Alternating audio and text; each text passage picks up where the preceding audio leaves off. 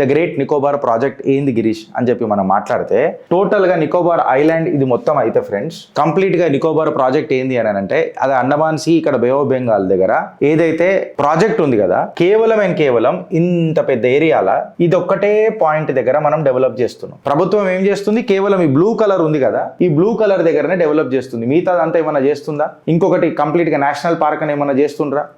ఇక్కడ నీకు క్యాంబెల్ బే national park ఒకటి ఉన్నది, గలైతియా నేషనల్ పార్క్ ఒకటి ఉన్నది. దీన్ని మనం ఏం ముడతలేము, ఈ ఫారెస్ట్ ఏరియాని ఏం ముడతలేము. కేవలం ఈ స్ట్రాటజిక్ పాయింట్ ని మనం ముడుతున్నాం, ఈ బ్లూ కలర్ ఉన్నదాన్ని. ఏంది ఏం కథ అని చెప్పి మనం ఆలోచిస్తే గ్రేట్ నికోబార్ ఏదైతే ఇప్పుడు మనం ప్రాజెక్ట్ చేస్తున్నాం కదా ఫ్రెండ్స్ 160 స్క్వేర్ కిలోమీటర్స్ అని అన్నాడు కదా. It is more than that 1045 square kilometres మనం గ్రేటర్ నికోబార్ అని అంటున్నాం. అంటే గ్రేటర్ నికోబార్ ఐలాండ్ అంటే దీన్ని డెవలప్ చేస్తున్నదేమో 160 స్క్వేర్ కిలోమీటర్స్. రాహుల్ గాంధీ గారు చెప్పింది కరెక్ట్.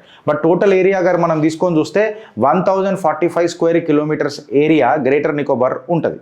సింగపూర్ ఎంత ఉంటుంది గిరీష్ అని అంటే 728 స్క్వేర్ కిలోమీటర్స్ ఉంటుంది. కేవలం 728 స్క్వేర్ కిలోమీటర్స్ ఉన్న సింగపూర్ ఆర్థికంగా ఏ రకంగా ఎదిగింది, ఏ రకంగా ప్రపంచం మీద అది డామినేషన్ చూపిస్తున్నది, ఏ రకంగా ఈ leader of the opposition and German లో కూర్చున్న ఒక పిచ్చోడు ఏం పిచ్చి మాటలు మాట్లాడుతున్నాడు, ఏం చేస్తున్నాడు అనే దాని మీద ఎలా చిట్ట